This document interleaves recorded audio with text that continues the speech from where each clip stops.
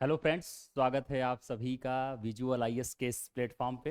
Friends, आप सभी को पता ही होगा कि जो यह आपकी क्लास चल रही है, यह यूपी आरओ का जो री एग्ज़ाम दिसंबर में होना तय है, उसके लिए हम लोग क्रैश कोर्स कर रहे हैं। और फ्रेंड्स, आप सभी लोगों को ये क्लास अच्छा भी लग रहा होगा, क्योंकि मैंने आप सभी लोगों को बताया था कि विभिन्न किताबों के कंटेंट को मैं क्या कर रहा हूँ, एक जगह पे यहाँ पे आपको एक जगह पे समग्र रूप से करके मैं आपको देने का प्रयास कर रहा हूँ, ताकि आपको 10 किताबें ना पढ़ना पड़े। मेरे प्यारे साथियों, याद रखिएगा, हम लोग घटना चक्र को ही मूल रख करके, क्योंकि घटना चक्र से लगभग 60-70% क्वेश्चन रिपीट होते हैं। लगभग आप देखेंगे तो इनडायरेक्टली या डायरेक्टली वे में तो कम होते हैं, बट इनडायरेक्टली वे में ज़्यादा होते हैं। तो इसलिए मेरे प्यारे साथियों, हम लोग उसी को एक अपना मूल बेस मान करके आपके एग्जाम की तैयारी करवा रहे हैं। और फ्रेंड्स, आप देखना, जब आप अपने एग्जाम में जाओगे तो आपको एग्जाम हॉल में बड़ा ही वहां से फायदा मिलने वाला है इस क्लास से। बस आपको कुछ नहीं करना है, लास्ट टाइम चल रहा है, आपको चुपचाप ये नोट्स को रिवीजन करना है। जिस तरीके से मैं शॉर्ट नोट्स आपको बनवा रहा हूँ, उस तरीके से इस शॉर्ट नोट्स को बना लेना है A4 साइज के पेपर पे, ताकि एग्जाम जब कम टाइम बचा रहे तो आप जल्दी से उसको रिवीजन कर लें। और बाकी मेरी क्लास को अगर आप 1 से 2 बार अगर देख सकते हैं क्लास के बाद, तो फास्ट स्पीड करके देख लेंगे, तो उससे क्या होता है, सुनने से समझने से क्या होता है, जब आप किसी चीज को सुनते हैं तो वो चीजें और जल्दी आपको याद होती हैं। तो मेरे प्यारे साथियों, आप लोग जुड़ जाइएगा। और एक बार आप सभी लोगों के सामने आपका छोटा भाई कहिए, जो हमसे बड़े उम्र में हैं लोग, वो लोग, या जो हमारे समकक्ष हैं, वो अपना मित्र हमें मान सकते हैं। एक बार आप लोग बस भरोसा करिए, और एक बार मेरे इस कंटेंट पे भरोसा करके आप अपना एग्जाम दे करके आइए। आपको नहीं फायदा मिलेगा तो आप जरूर हमसे एक बार कमेंट बॉक्स में कमेंट भी करिएगा। जरूर आप हमसे बात भी कर सकते हैं, मैं अपना नंबर भी प्रोवाइड करा दूंगा। तो मेरे प्यारे साथियों, आज की जो ये हमारी क्लास है, छठे नंबर की क्लास है। आप सभी लोगों ने 5 क्लास मॉडर्न हिस्ट्री का देखा, जिसमें हम लोगों ने क्या किया कि जो भी भारत में यूरोपीय कंपनियां आई लास्ट क्लास में, क्लास के एक पहले उसमें वो खत्म किए। फिर उसके बाद से आपको बताए कि जो ईस्ट इंडिया कंपनी भारत में अपना एक प्रभुत्व स्थापित कर ली, उसका बंगाल के साथ क्या संबंध था, किस तरीके से बंगाल में उसने प्लासी के युद्ध को जीता, और उसके बाद से बक्सर की लड़ाई को जीता, और उसके बाद से पूरे भारत पे एक तरीके से मोटा मोटा उसने एक तरीके से प्रभुत्व स्थापित कर लिया। आज उसी की श्रृंखला में मेरे प्यारे साथियों, जितने भी, याद रखिएगा, गवर्नर आए, बाद में वही गवर्नर बंगाल के गवर्नर बन जाते हैं। फिर वही, सॉरी, बंगाल के गवर्नर आए, फिर बाद में वही बंगाल के गवर्नर जनरल बन जाते हैं, फिर वही भारत के गवर्नर बन जाते हैं, फिर वायसराय का आता है। ये सारे के सारे हम लोग क्या करेंगे आज एक क्लास में, रॉबर्ट क्लाइव से लेकर के हम लोग और लास्ट के जितने भी माउंटबेटन तक है, हम लोग वहां तक कंप्लीट करेंगे। उनके काल में क्या क्या इंपॉर्टेंट बातें हुई ये हम देखेंगे, क्योंकि एग्जाम टाइम है, तो हम लोगों को क्या होता है कि जल्दी जल्दी रिवीजन करना है, और उनके सारे जो भी पॉइंट्स हैं वो हमें एक जगह इकट्ठा मिल जाए, तो हम उसे क्या करेंगे, शानदार तरीके से रिवीजन करके और शानदार तरीके से हम लोग अपने एग्जाम में प्रदर्शन कर सकते हैं। तो आज की जो क्लास होने वाली है, ये सिर्फ और सिर्फ आपके जितने भी गवर्नर जनरल आए, जो वायसराय आए, उन्होंने क्या क्या मुख्य काम किया, क्या क्या उनकी कुछ विशेषताएं थी, इसी पे चलने वाली है। आज एक क्लास में पूरा खत्म करा दूंगा, क्योंकि आपसे देखिए ऐसे भी क्वेश्चन पूछे गए हैं कि बताइए भाई, जब भारतीय राष्ट्रीय कांग्रेस की स्थापना हुई तो उस समय भारत का वायसराय कौन था। तो अब 1885 में कौन था भाई भारत का वायसराय। तो अब आप जब पढ़े होंगे तो आप कहेंगे अच्छा भैया चैम्सफोर्ड था, ठीक है चलो। इसी तरीके से आपसे पूछ लेगा मेरे प्यारे साथियों कि जब गांधी जी असहयोग आंदोलन चला रहे थे, उस समय भारत का वायसराय कौन था। तो उसके लिए आपको क्या करना है, गवर्नर जो भी हैं उनके काल को और उनके नाम का एक क्रोनोलॉजी तैयार करना है। एक बार तो एग्जाम में बहुत पहले एक यूपी का ही एग्जाम था, उसमें क्रोनोलॉजी पूछ लिया गया था, गवर्नर जनरल की ही एक क्रोनोलॉजी पूछ ली गई थी। अधिकतर बच्चों को अगर मैं पूछूं कि बताओ बंगाल का पहला गवर्नर कौन था, फिर बंगाल का पहला गवर्नर जनरल कौन था, फिर आपसे पूछूं कि भारत का गवर्नर जनरल पहला कौन था, भारत का पहला वायसराय कौन था, अंतिम वायसराय कौन था, भारत का प्रथम भारतीय वायसराय कौन था, तो यह भी बहुत बच्चे कंफ्यूज क्रिएट करते हैं अपने माइंड में और वहां पे कंफ्यूजन कर लेते हैं। तो आज वो सारी चीजों को हम लोग मेरे प्यारे साथियों यहाँ पे हम लोग सीखने का प्रयास करेंगे। ये आपको यहाँ पे ध्यान रखना है, थोड़ा सा आप लोग चीजों को समझते चलिएगा, ठीक है ना। चलिए आगे की तरफ चलते हैं, तो आगे की तरफ चलते हैं मेरे प्यारे साथियों। तो इन चीजों को भी देखते हुए चलिएगा। 1 मिनट आप लोग बस मुझे समय दीजिएगा, फिर हम लोग अपनी क्लास को क्या करेंगे, स्टार्ट कर देंगे, ठीक है। अब देखिए मेरे प्यारे साथियों, यहाँ पे थोड़ा सा ध्यान दीजिएगा, जैसा कि यहाँ पे बोर्ड पे लिखा हुआ है, आपको पीछे की तरफ दिख भी रहा है कि जो गवर्नर जनरल और वायसराय आए समय समय अंतराल पे, उनके बारे में आज हम लोग पढ़ेंगे। ठीक है, एक बार आप लोग सेशन को लाइक भी करिएगा, शेयर जरूर करिएगा। चलिए आइए देखते हैं, थोड़ा हम लोग फास्ट चलने का प्रयास करेंगे क्योंकि हमारे पास टाइम कम है और हमें सारे सब्जेक्ट को क्या करना है, एक साथ लेकर के चलना है, जल्दी जल्दी 1.5 महीने में कवर कर लेना है, ये याद रखिएगा। देखिए, गवर्नर जनरल एवं वायसराय, ठीक है। सबसे पहले आपके मन में एक बात आनी चाहिए कि गवर्नर जनरल और वायसराय होते क्या थे।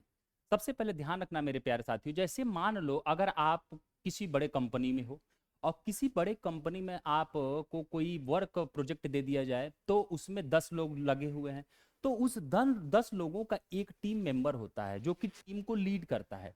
तो ठीक इसी तरीके से जो ईस्ट इंडिया कंपनी थी, आप देखेंगे कि वो जब भारत में व्यापार करने आई तो जब पैसे वो देखने लगे तो वो लालची बन गए, भ्रष्टाचारी हो गए, वो भारतीयों से उपहार भी लेने लगे। तो इसी के क्रम में अभी आपने शुरू में देखा था, या आप पॉलिटी वाले में देखेंगे भी, कि जो एक्ट, जो रेगुलेटिंग एक्ट, चार्टर एक्ट वहां की संसद पारित करती है, वो क्यों? क्योंकि वो उस ईस्ट इंडिया कंपनी को नियंत्रित करने के लिए, ताकि वो अपने नियंत्रण से बाहर ना हो।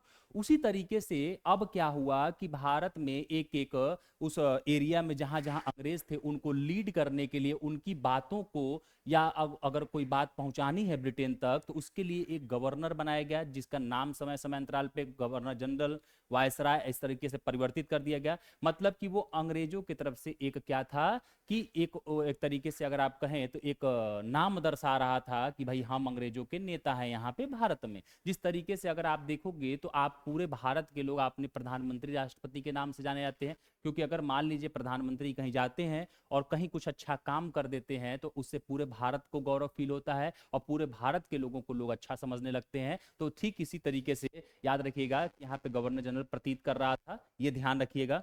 चलिए आइए हम लोग देख लेते हैं मेरे प्यारे साथियों, यहाँ पे ध्यान रखिएगा। सबसे पहले गवर्नर जनरल स्टार्ट करते हैं और देखते हैं कौन बना। तो गवर्नर जनरल एवं वायसराय यहाँ पे लिख दिया गया है, ठीक है, इसको समझते हुए चलिएगा, क्लास इसीलिए है। अब देखो यहाँ पे सबसे पहला आपका आएगा रॉबर्ट क्लाइव। अरे वो वही रॉबर्ट क्लाइव, आपने क्या देखा था, रॉबर्ट क्लाइव को अस्थाई अंग्रेजों का वास्तविक संस्थापक भी कहा जाता है ना ऐसा। क्यों? क्योंकि उसने प्लासी की लड़ाई, सोचो कितनी बड़ी लड़ाई इसने जीत ली और अंग्रेजों की पहली नींव भारत में रख दी। और फिर बक्सर की लड़ाई हेक्टर मुनरो नेतृत्व कर लेता है, लेकिन इलाहाबाद की संधि अभी आपने कल ही पढ़ा था, यही रॉबर्ट क्लाइव आकर के शाह आलम द्वितीय और अवध के नवाब किससे, याद रखिएगा, सुजाऊ दौला से करता है, ठीक ना। तो ये ध्यान रखिएगा, यही जो रॉबर्ट क्लाइव है, यह बंगाल का पहला गवर्नर बनेगा। और याद रखिएगा 1757 से 60 तक यह एक बार गवर्नर रहेगा बंगाल का, और फिर 1765 से 67 तक यह दोबारा आकर के गवर्नर बनता है। तो याद रखिएगा, आपसे पूछ लेगा ऐसा कौन सा बंगाल का गवर्नर था जो 2 बार अपनी गद्दी को सुशोभित किया, या 2 बार उस गद्दी पे आश्रित हुआ। तो आप कहिएगा मेरे प्यारे साथियों, रॉबर्ट क्लाइव। अभी आगे और भी आएंगे, कॉर्नवालिस भी आएगा, ध्यान रखिएगा। तो यहाँ पे रॉबर्ट क्लाइव को ध्यान रखिएगा आप सभी लोग, कि यह बंगाल का सबसे पहला गवर्नर बना। अच्छा, आप यही क्रोनोलॉजी बता दे रहा हूं, जब 1773 का रेगुलेटिंग एक्ट आएगा, तो उसमें एक संशोधन कर दिया जाएगा कि अब बंगाल के गवर्नर को बंगाल का गवर्नर जनरल बना दिया जाएगा। क्यों? क्योंकि बंगाल के अधीन बिहार और उड़ीसा को रख दिया जाएगा, इसलिए उसको गवर्नर जनरल बना दिया गया। तो आपसे अगर पूछे कि बंगाल का पहला गवर्नर जनरल कौन था, तो आप कहिएगा वॉरेन हेस्टिंग था। इसी तरीके से जब आपसे पूछे कि भारत का प्रथम गवर्नर जनरल कौन बना, तो आप कहिएगा मेरे प्यारे साथियों कि भारत का प्रथम गवर्नर जनरल कौन बनेगा, आपका लॉर्ड विलियम बेंटिक बनेगा, वही जो सती प्रथा का अंत करेगा। और उसके बाद से अगर मेरे प्यारे साथियों आपसे एक क्वेश्चन पूछा जाए कि भारत का प्रथम वायसराय कौन था, तो आप कहिएगा लॉर्ड कैनिंग, जो कि 1857 की क्रांति को जैसे अंग्रेजों ने दबाया, उसके जस्ट 1 वर्ष बाद 1858 में वो क्या करता है कि भारत का वायसराय बन जाता है। ये आपको यहां से ध्यान रखना है, ठीक है मेरे प्यारे साथियों, ये आपको इतनी सारी चीजें यहां से ध्यान रखनी थी। चलिए आइए आगे की तरफ बढ़ते हैं और अब चलते हैं अपनी क्लास को स्टार्ट करने, क्योंकि ये बेसिक बेसिक बातें थी जो आपको जानना था। अब देखो 1757 से 60 तक ये रॉबर्ट क्लाइव बंगाल का पहला गवर्नर रहता है। और फिर आपने नहीं देखा कि जब प्लासी का युद्ध अपने टाइम में जीत के चला जाता है अपने देश को, उसके बाद से हेक्टर मुनरो 1764 में क्या करता है, बक्सर का युद्ध करता है। लेकिन संधि करने कौन आता है 65 में, याद रखना कौन आएगा, रॉबर्ट क्लाइव। तो इसलिए 65 से 67, तो ये दो काल इसका याद रखना, ठीक है। देखो इसी के समय में प्लासी के युद्ध के पश्चात क्लाइव को बंगाल का प्रथम गवर्नर बनाया गया। बक्सर की विजय के बाद इसे पुनः गवर्नर बना करके बंगाल भेजा गया। क्यों? क्योंकि जो इसकी सोचने समझने की शक्ति थी, जो इसकी रणनीतियां थी, वो बहुत ही प्रभावशाली सिद्ध हुई अंग्रेजों के लिए। तो इस वजह से अंग्रेजों को लगा कि भाई इसे हमें एक बार, अभी जब तक हम पूरे पूर्ण रूप से यहाँ पे प्रभुता हासिल नहीं कर लेते हैं, तब तक हम एक बार फिर से इसको गवर्नर बना के भेजते हैं, ताकि ये फिर अपना दिमाग लगाएगा और यहाँ पे जो कॉलोनियां हैं उनको डेवलप करने में अंग्रेजों की मदद करेगा, ठीक है। दूसरी बात, इसने बंगाल में द्वैध शासन की शुरुआत की 1765 से 72 तक, समाप्ति 1772 में वॉरेन हेस्टिंग के समय। याद रखिएगा, अगर आपसे पूछ ले कि भाई बताओ, यहां पे ध्यान रखिएगा, थोड़ा सा यहां पे मिसप्रिंट है, मैं समझा दे रहा हूं। अगर आपसे पूछे कि बंगाल में द्वैध शासन किसने लगाया, आप कहना कि बंगाल में द्वैध शासन रॉबर्ट क्लाइव लगाता है। आपने देखा था कि जब यहां पे मेरे प्यारे साथियों बक्सर का युद्ध होता है, और जब यह शाह आलम द्वितीय से सोच लो संधि कर लेते हैं, इलाहाबाद की संधि, प्रथम संधि 12 अगस्त 1765 को, अब तो ये मुगल बादशाह के साथ ही संधि कर ली, इसको पेंशन भोगी बना दिए। अब जो यह बंगाल में कहेंगे कि जो द्वैध शासन लग गया, निजामत का काम बंगाल का नवाब देखेगा और हम केवल टैक्सेस वाली चीजों को देखेंगे। अब याद रखिएगा, रॉबर्ट क्लाइव को द्वैध शासन का, याद रखिएगा, जनक नहीं माना जाता है, जनक कार्टिनियर को माना जाता है, कॉर्टियस को माना जाता है। लेकिन बंगाल में द्वैध शासन की शुरुआत पूछेगा तो कहिएगा आपसे कि रॉबर्ट क्लाइव को माना जाता है। और यही जब वॉरेन हेस्टिंग 1773 के रेगुलेटिंग एक्ट के तहत संशोधन करके जब यह बंगाल का गवर्नर जनरल बनेगा पहला, तो याद रखिएगा वही वॉरेन हेस्टिंग के समय में 1772 में इसी द्वैध शासन की समाप्ति कर दी जाएगी। तो ये दो चीजें याद रखिएगा। तीसरी चीज देखिए, इसने बक्सर के युद्ध के बाद पराजित संघ के साथ दो प्रमुख संधियां की थी। वो कौन कौन सी संधियां हैं, आपने कल देखा था। इलाहाबाद की प्रथम संधि 12 अगस्त 1765 को करेगा, किसके साथ करेगा, शाह आलम द्वितीय मुगल बादशाह के साथ करेगा।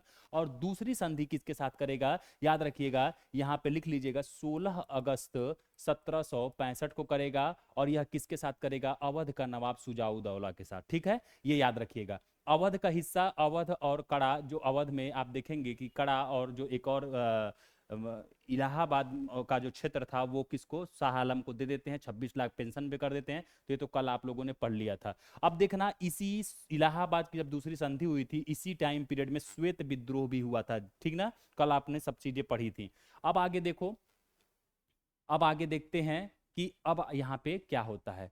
अब देखिए यहाँ पे आपसे पूछेगा वेंसी टार्ट, वेंसी टार्ट ये कौन थे, तो ये देखना क्या होता है कि यह 1760 से 65 के दौरान, यह बक्सर युद्ध के समय बंगाल के गवर्नर थे। मतलब कि 60 से 65 के दौरान यह क्या होता है, यह इसका कार्यकाल होता है। जब बक्सर की लड़ाई हो रही होती है तब यह बंगाल का गवर्नर रहता है, याद रखना। और इसी के बाद जब ये खत्म होता है 65 जब 64 में, तब रॉबर्ट क्लाइव आता है और 65 में संधि करता है, फिर उसे पुनः गवर्नर बनाया जाता है, ठीक ना। चलिए आगे की समझ, आगे की तरफ देखते हैं, जो भी इंपॉर्टेंट है उनके बारे में आप यहाँ पे देख लीजिएगा। अब देखिएगा यहाँ पे एक कॉर्टियर बंगाल का गवर्नर आया, ठीक ना, कॉर्टियर बंगाल का गवर्नर। कुछ छोटे छोटे आते हैं कुछ कुछ काल के लिए, ध्यान रखिएगा। तो जब बंगाल का गवर्नर कॉर्टियर आता है, इसी के समय 1770 ईस्वी में बंगाल में आधुनिक भारत का प्रथम अकाल इसी के काल के दौरान आया था। प्रथम अकाल मतलब आधुनिक भारत का पहला अकाल इसी के काल में आता है, कार्टियर के काल में, याद रखिएगा, बंगाल में, ठीक ना, ये ध्यान रखिएगा। ये इंपॉर्टेंट नहीं थे, बट यहाँ रॉबर्ट क्लाइव के बाद सीधे आपको वॉरेन हेस्टिंग पे आना है, बट एक दो दो लाइन आपको वहां से देख लेनी है, जहां इंपॉर्टेंट होगा वो मैं आपको बता दिया करूंगा। अब देखो वॉरेन हेस्टिंग, इनको आपको ध्यान में रखना है इसको, ठीक ना। इस वॉरेन हेस्टिंग को 5 स्टार लगा लेना, रॉबर्ट क्लाइव को भी 5 स्टार लगा लेना, क्रोनोलॉजी भी ऐसे ही पूछता है। देखना बंगाल का अंतिम गवर्नर ये था और प्रथम गवर्नर जनरल बनेगा, ठीक ना, ध्यान रखना। अभी मैंने क्या कहा, कि बंगाल के पहले गवर्नर हुआ करते थे। जब 1700 कंपनी भ्रष्टाचार करने लगी और वहां के संसद से पास होकर के 1773 का रेगुलेटिंग एक्ट आ गया कंपनी को नियंत्रित करने के लिए। इसी में एक बात ये भी कही गई थी कि जो अब बंगाल का गवर्नर है उसको गवर्नर जनरल बंगाल का बना दिया जाए, ठीक है ना। तो पहला गवर्नर जनरल बंगाल का कौन होगा, यही हेस्टिंग कहलाएगा। और अंतिम बंगाल का गवर्नर पूछे तो यही हेस्टिंग कहलाएगा। ये कंफ्यूजन क्रिएट मत करिएगा दिमाग में, इसी तरीके से एग्जामिनर आपसे कंफ्यूज कर देता है क्वेश्चन, तो ये ध्यान रखिएगा, ठीक ना। अब देखिए हेस्टिंग क्या क्या करेगा मेरे प्यारे भाई, हेस्टिंग क्या क्या करेगा। देखिए राजस्व बोर्ड का गठन करेगा 1772 में। याद रखिएगा राजस्व कोषागार मुर्शिदाबाद से कलकत्ता स्थानांतरित करेगा। फिर तीसरी बात करेगा भूमि सुधार, जो कि 5 वर्षीय व 1 वर्षीय भू राजस्व से बंदोबस्त किया।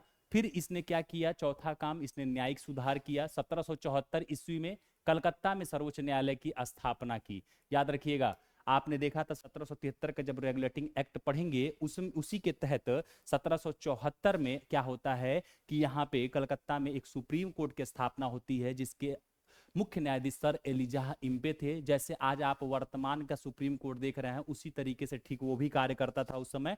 बस याद रखिएगा कि उसके न्यायाधीश वो सर एलिजाह इम्पे थे, ध्यान रखिएगा। सुप्रीम कोर्ट की स्थापना अगर आपसे पूछे कि कलकत्ता में 1774 में किस गवर्नर जनरल के काल में की गई, तो आप कहिएगा वॉरेन हेस्टिंग 1774, याद रखिएगा। इसके मुख्य न्यायाधीश इम्पे, सर एलिजाह इम्पे इनका पूरा नाम था, इम्पे को बनाया गया। अन्य न्यायाधीश का नाम देख लीजिएगा। आपको एक बात बता दूं, मेरा सिक्स सेंस बहुत तगड़ा काम करता है। अब पिछले बार जब क्रैश कोर्स चल रहा था तो मैं बच्चों को पढ़ा रहा था, तो मैंने कहा कि एक बार भारत छोड़ो आंदोलन जब टॉपिक पे हम लोग पहुंचे तो मैंने कहा कि यार अब आज तक कभी ये नहीं पूछा है कि भारत छोड़ो आंदोलन में कौन कौन सी महिलाओं ने साथ दिया।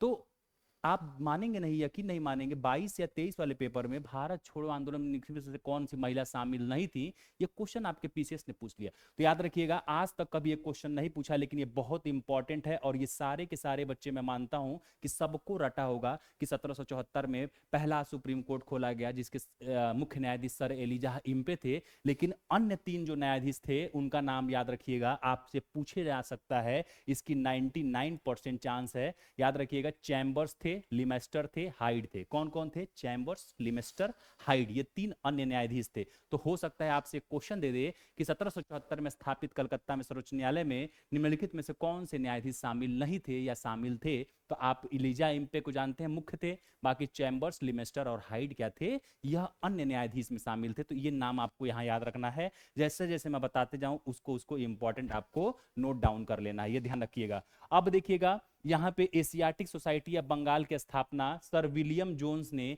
कब किया, इसी के समय में, वॉरेन हेस्टिंग के ही समय में एशियाटिक सोसाइटी ऑफ बंगाल की स्थापना सर विलियम जोन्स करेंगे, ध्यान रखिएगा। पेड क्वेश्चन है, ये कई बार पूछ चुका है कि एशियाटिक सोसाइटी ऑफ बंगाल की स्थापना किसने किया था, सर विलियम जोन्स ने। आपसे अगर मान लीजिए इस तरीके से पूछ ले एक पैरेलल क्वेश्चन, किस गवर्नर के काल में हुआ, आप कहिएगा वॉरेन हेस्टिंग के काल में हुआ था, ये ध्यान रखिएगा। अब यहाँ चलिए आगे की तरफ चलते हैं। आगे की तरफ देखिएगा कुछ ये कार्य किया था वॉरेन हेस्टिंग, क्या क्या किया था, ध्यान देना। भारतीय भाषाओं की ऐतिहासिक पुस्तकों का अंग्रेजी अनुवाद किया था। प्रथम अनुवादित इसकी पुस्तक कौन सी थी, भगवत गीता थी, ठीक ना, याद रखना सबसे पहले भगवत गीता। अब यहां से देखो किस तरीके से आपसे क्वेश्चन पूछता है, ध्यान रखना। आपसे क्वेश्चन किस तरीके से पूछ लेता है, जैसे जो हेस्टिंग था इसने क्या किया कि जो भारतीय आध्यात्मिक किताबें थी उस आध्यात्मिक किताबों का अंग्रेजी में अनुवाद करना शुरू किया। क्यों, ताकि वो यहाँ के धर्म को समझ पाए। और जब यहाँ के धर्म को समझ पाएगा तो स्वाभाविक सी बात है कि वह उसके आधार पे अपने ईसाइयत का प्रचार प्रसार कर सकेगा। उसके हिसाब से भारत की कमजोरियों को जान सकेगा कि कहाँ कहाँ कमजोर पॉइंट। जैसे आपने देखा था अल्बुकर्क ने क्या किया था, अल्बुकर्क को वास्तविक संस्थापक इसीलिए माना जाता है क्योंकि वो अल्बुकर्क एक ही पॉइंट करता है कि वो जो सती प्रथा होती है उसको अंत खत्म कराना चाहता है। क्यों, लेकिन उसके पीछे का स्वार्थ उसका कुछ और ये रहता है कि वो चाहता है कि जो हमारे पुर्तगाली हैं उनसे हम यहाँ की विधवाओं की शादी कराएं, और पुर्तगालियों की संख्या जब हम बढ़ा देंगे तो हम यहाँ अच्छे से स्थापित हो जाएंगे। उसी तरीके से इनका भी याद रखिएगा, इन्होंने भी पुस्तकों का अंग्रेजी में अनुवाद कराया। सबसे पहले अगर आपसे पूछेगा कि किस गवर्नर जनरल के काल में भारत के आध्यात्मिक पुस्तकों या ऐतिहासिक पुस्तकों का अंग्रेजी में अनुवाद होना शुरू हुआ, आप कहिएगा वॉरेन हेस्टिंग के काल में। और इसी के काल में याद रखिएगा मेरे प्यारे साथियों क्या होगा, याद रखिएगा, भगवत गीता जो आप कोर्ट में देखते हैं, जिसके ऊपर आप शपथ रख करके कसम खाते हैं, ये भगवत गीता का अनुवाद चार्ल्स विल्किंस द्वारा किया गया था। यहाँ नाम पूरा लिख लीजिएगा, चार्ल्स विल्किन, चार्ल्स विल्किंस इनका पूरा नाम था। भगवत गीता के इन्होंने अनुवाद किया। ये सारे क्वेश्चन आए हुए हैं, ध्यान रखिएगा। फिर ये दूसरा काम क्या करेगा, 1781 में कलकत्ता में एक मदरसा की स्थापना करेगा। दूसरी चीज, पिट्स इंडिया एक्ट 1784 में, मतलब अभी आपने देखा 73 का रेगुलेटिंग एक्ट आया, तो वो वारेन हेस्टिंग के समय में नहीं आया। वारेन हेस्टिंग को उसके तहत भारत का गवर्नर जनरल बनाया गया। जब वो बंगाल का गवर्नर था तब आया उसके काल में, ठीक ना, गवर्नर जनरल काल में नहीं आया था। लेकिन पिट्स इंडिया एक्ट अगर आपसे पूछे कि किसके काल में आया, तो आप कहिएगा वारेन हेस्टिंग के काल में आया था। ठीक है, ये देखो एक छोटे छोटे कुछ पॉइंट्स हैं, ये आपसे पूछ लेते हैं। दूसरी चीज याद रखना, इसी वारेन हेस्टिंग के काल में जितनी इंपॉर्टेंट है वो ध्यान रखना। सबसे पहले बोर्ड ऑफ कंट्रोल का गठन, इसी के साथ द्वैध शासन की शुरुआत, बोर्ड ऑफ कंट्रोल और बोर्ड ऑफ डायरेक्टर्स का यहाँ पे क्या किया गया, स्थापना किया गया, ये ध्यान रखिएगा। दूसरी चीज, प्रथम आंग्ल मराठा युद्ध जो 1775 से 82 तक चला था, यह इसी वॉरेन हेस्टिंग के काल में हुआ था। द्वितीय आंग्ल मैसूर युद्ध भी इसी के काल में हुआ था। ये एक एक पॉइंट आप लोग लिख लीजिए, क्योंकि ये सारी चीजें आपने डीप से पढ़ लिया है। मुगल सम्राट की पेंशन 26 लाख रुपए जो बंद कर दी गई, वो इसी के काल में, जो अभी आपने देखा था कि जब रॉबर्ट क्लाइव 1764 का बक्सर का युद्ध जीतने के बाद इलाहाबाद की संधि 65 में करेगा, तो वो शाह आलम द्वितीय को 26 लाख रुपए वार्षिक पेंशन की बात करेगा।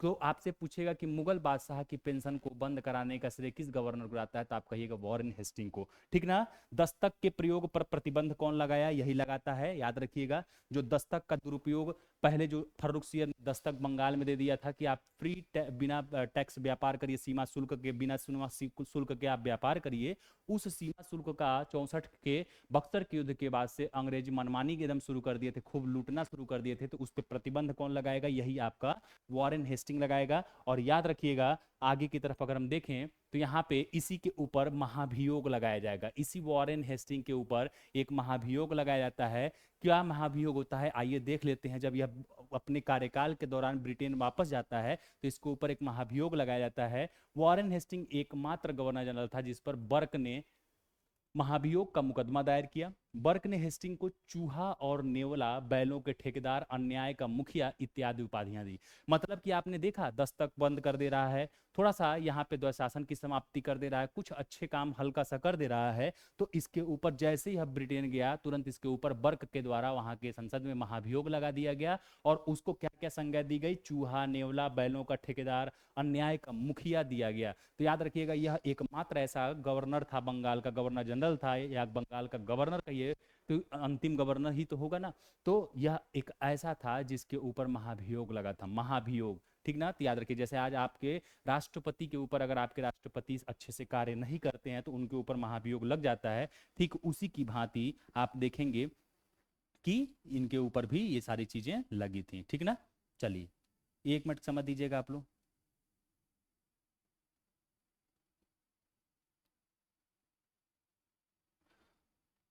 हाँ,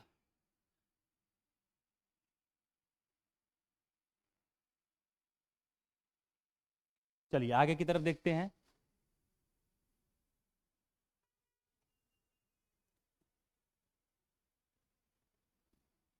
अब आप लोग मेरे प्यारे साथियों, यहाँ पे आप देखेंगे Lord Cornwallis. Lord Cornwallis important है, ये पूछ लिया जाता है, ध्यान रखिएगा। तो लॉर्ड कार्नवालिस टाइम पीरियड है 1786 से 93। याद रखिएगा, सबसे पहले दास व्यापार पे रोक लगाता है। दास का जो व्यापार होता है, जो दास बनाए जाते थे पहले के समय, आप नहीं देखते थे जबरदस्ती दास बना लिए जाते थे, उन पे रोक लगाने का कार्य करता है। दूसरा चीज जो है, यह 5 स्टार लगाएगा, कई बार एग्जाम में पूछा गया है। सिविल सेवा, भारत में सिविल सेवा का जन्मदाता किसको माना जाता है, इसी लॉर्ड कार्नवालिस को माना जाता है भारत में सिविल सेवा का जनक। ये ध्यान रखिएगा, अगर आपसे पूछे कि भारत में सिविल सेवा का जनक किसे माना जाता है, आप कहिएगा फ्रेंड्स कि लॉर्ड कार्नवालिस को माना जाता है। और पांचवा पॉइंट देखिएगा, कार्नवालिस संहिता 1793 में शक्ति इसी के समय में हुआ था। तीसरी चीज याद रखिएगा कि पुलिस सेवा, भारत में पुलिस सेवा का जन्मदाता भी इसी कार्नवालिस को माना जाता है। और अस्थाई बंदोबस्त जो 1793 में बंगाल में लागू किया गया, आपने देखा था जो अस्थाई बंदोबस्त था, यह अस्थाई बंदोबस्त भी 1793 में लॉर्ड कार्नवालिस लेकर के आता है। याद रखिएगा, आपने पढ़ा भी होगा, अस्थाई बंदोबस्त, रैयतवाड़ी व्यवस्था, महालवाड़ी व्यवस्था। तो यह कार्नवालिस ही लेकर के आता है, ये ध्यान रखिएगा। दूसरी चीज अगर आप देखेंगे तो इसी के समय में तृतीय आंग्ल मैसूर युद्ध 1790 से 92 में हुआ था। इसी के समय में तृतीय आंग्ल मैसूर युद्ध 1790 से 92 में हुआ था। और याद रखिएगा यही एकमात्र गवर्नर जनरल है जिसकी समाधि भारत के गाजीपुर में है। ध्यान रखिएगा, कई बार क्वेश्चन पूछा हुआ है। भारत में आप देखेंगे यूपी, उत्तर प्रदेश में पूर्वांचल में आप जाएंगे तो गाजीपुर एक जिला है, उसी गाजीपुर में याद रखिएगा मेरे प्यारे साथियों, वहीं पे इस कार्नवालिस की समाधि है। और याद रखिएगा वही गाजीपुर में अफीम की खेती भी होती है। तो ये ध्यान रखिएगा, ये इतनी सारे फैक्ट्स कार्नवालिस के बारे में याद रखना है आपको, ये आपको थोड़ी सी जानकारी रखनी है, ठीक ना। चलिए आगे की तरफ देखते हैं। अब थोड़ा सा यहाँ पे मेरे प्यारे साथियों आज की जो क्लास है हम यहीं पे समाप्त करते हैं, क्योंकि थोड़ा सा दिक्कत ये हो रहा है कि थोड़ी सी यहाँ पे पीपीटी जो हमारे महोदय बनाते हैं उन्होंने क्या किया है कि चीज़ों को ऊपर नीचे कर दिया है, तो क्रोनोलॉजिकल टर्म्स उसके टूट गए हैं। और प्लीज क्रोनोलॉजिकल टर्म्स जब टूट जाते हैं तो फिर मैं पढ़ा नहीं पाऊंगा, क्योंकि जो आपके देख रहे हैं तो आप उससे गलत जज करने लगेंगे। तो आज की क्लास को हम यहीं पे समाप्त करते हैं मेरे प्यारे भाइयों और बहनों। कल हम फिर से एक बार इस पीपीटी को सही करा करके आएंगे और आपको शानदार तरीके से जल्दी से क्लास लेंगे, क्योंकि मैं भी थोड़ा सा दिन में मैं सोता हूँ, रात में पढ़ता हूँ, ठीक है ना। तो मैं सोया रह गया और एक्चुअली में हुआ क्या कि मैं पीपीटी थोड़ा देख नहीं पाया। अब यहाँ पे शब्द थोड़े टूटे हुए हैं तो आप लोग कोई मज़ा नहीं आएगा, तो इस वजह से आज यहीं पे क्लास हम एंड कर रहे हैं। क्षमा चाहते हैं आप लोग बुरा लगा हो तो, लेकिन फिर भी आप लोग इस वीडियो को जरूर देखिएगा और कल हम इसमें आगे से सर जॉन शोर से चीज़ों को करना शुरू करेंगे। तब तक के लिए हमारी जो ये क्लास है मेरे प्यारे साथियों यहीं पे समाप्त होती है, और कल फिर हम लोग मिलेंगे same time same channel, break के बाद शाम में 7 बजे।